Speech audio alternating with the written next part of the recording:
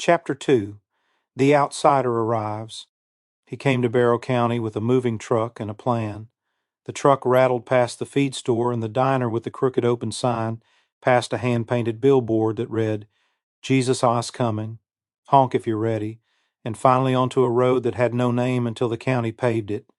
The GPS called it CR 108. The men at the diner still called it the old Jeffries place. Jonas Darby climbed down in a city jacket and new work boots that hadn't yet learned the language of mud. The realtor, a woman whose smile could have sold rust as antique, handed him the keys like a ceremony. 40 acres and a farmhouse, she said.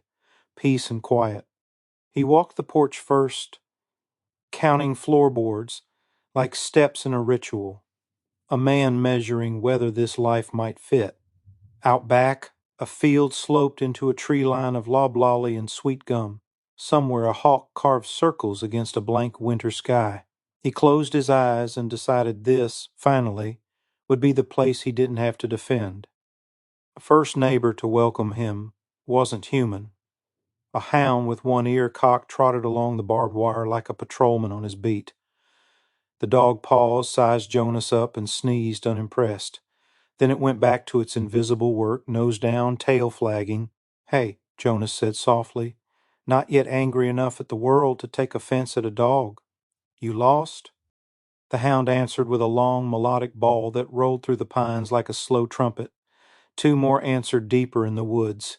The sound unsettled him, too alive, too communal, like a conversation in a language he didn't speak. He went inside and shut the door on it, as if sound respected wood. That night, alone among boxes and clean intentions, he unpacked his gun safe.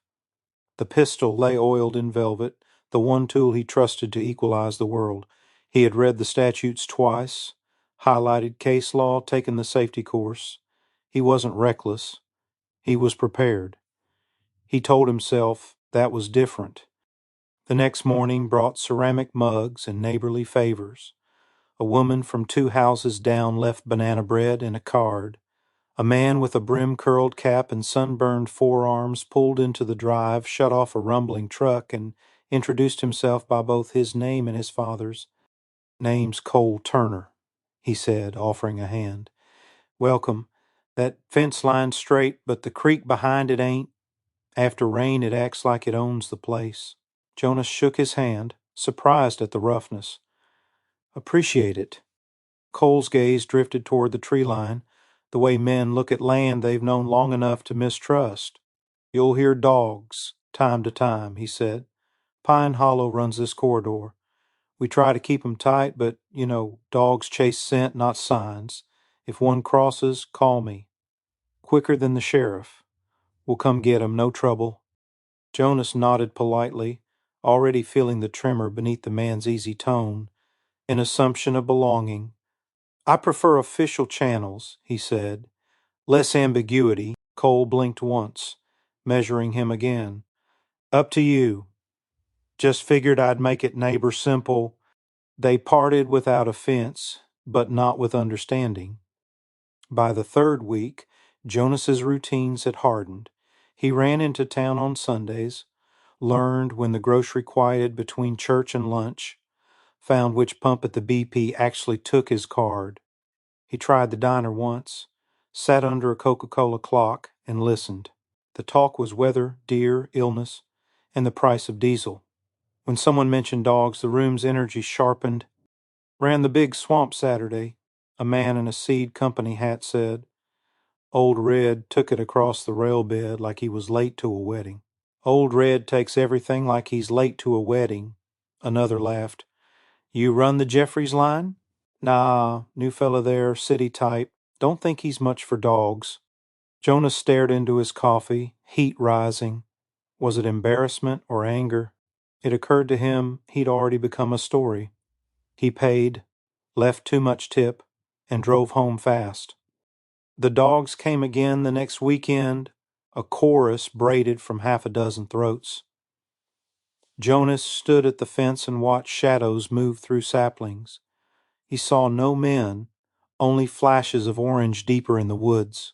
The collars blinked green like the eyes of small aliens. Somewhere a horn sounded, 3 short notes, a language he didn't know. He called the non-emergency number and explained in his practiced bureaucrat's tone, calm, precise within his rights. The dispatcher was polite and uninterested. Sir, unless there's damage or a threat, we can note it. Do you want us to note it? He did. He wanted someone to write down his inconvenience, to make it official. He slept worse that night. That evening he found the community Facebook page. It was meant for yard sales and lost pets, but the comments felt like a town square. He scrolled through threads until midnight, reading arguments about hunting, property, and the old ways. When he finally posted, the words came like habit. Private property. I's not a suggestion. If your dogs cross my fence, expect a call and a report. The post lit up by morning. Some nodded. Some cursed him. A few tried to reason gently, explaining how dogs worked, how counties worked, how neighbors kept from hating each other. He answered those with sharper edges than they deserved. Elsewhere, in the cab of a truck, Cole Turner read the post by the glow of his phone. Boy's writing checks he can't cash, Wayne Best said from the passenger seat. Cole exhaled through his nose. We'll keep it tight. Don't goad him. What he calls goading, Wayne said, we call talking. Snow came and went without sticking. Rain followed, turning the clay slick and orange. One Tuesday, the mail brought a thin envelope from the state, concealed carry permit denied. He stood at the counter, reread it twice, and told the empty house, they don't know me. He filed it under permits and rights, behind a tab labeled documentation. Filing it didn't make it better, but it made it real. By Friday, Deputy Miller had his first visit with Jonas. He parked at the gate, removed his hat, and listened as Jonas pointed out paw prints fading in the mud. They crossed here, Jonas said, and here. Your dispatcher noted it. Miller squinted at the ground, then at the man. You got their numbers? I'd rather not negotiate my rights, Jonas said. Wasn't asking you to, just telling you what solves things faster than we do. He handed Jonas a card. If you feel threatened, call 911. If it's just dogs, call them first, me second. That night, Jonas typed an email to himself, subject line boundaries. He listed dates, times, the deputy's name, the color of each collar. He documented because documentation felt like defense. Saturday dawned bright and brittle.